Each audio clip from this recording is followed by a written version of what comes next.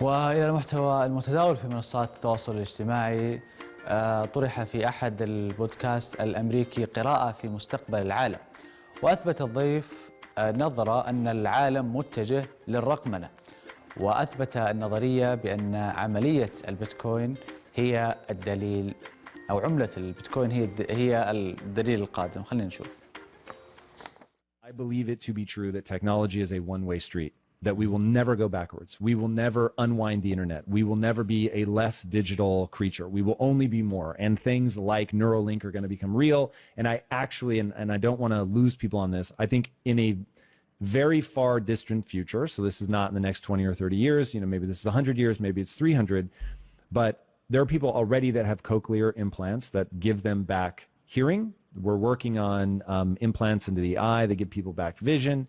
So it'll start with correcting things, but we will ultimately, as ourselves, become really tied physically to technology. So I believe that everything will ultimately get digitized. So what we're living through right now is a really fascinating moment where art is now being digitized, money is being digitized, and those two, I live at the intersection of art, collectibles, and money, and watching those go digitized, and watching, for anybody that wonders if the human mind is just ever going to be into these things in the way that they are physical things, I will just say this, that in August of 2021, OpenSea did $3 billion in revenue on purely digital goods, digital art, digital collectibles, all of it. And that blew them past Etsy at like day 16 of the month or something. They went past. I mean, just absolutely insane to see how much money is pouring into the system. And I think this is with only 200,000 wallets.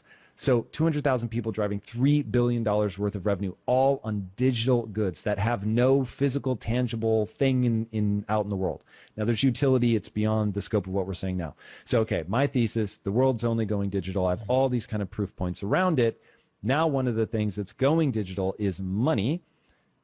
Bitcoin, in particular, has a really fascinating feature, which makes it what you call sound money. And that feature is programmatically, it can only ever produce 21 million of these units. Unlike gold, which for me, and I don't know if you'll agree with this, my mind got wrapped around it immediately when it was like Bitcoin is digital gold, because I understood what gold was meant to be. I was never going to carry it around and shave some off to buy a loaf of bread.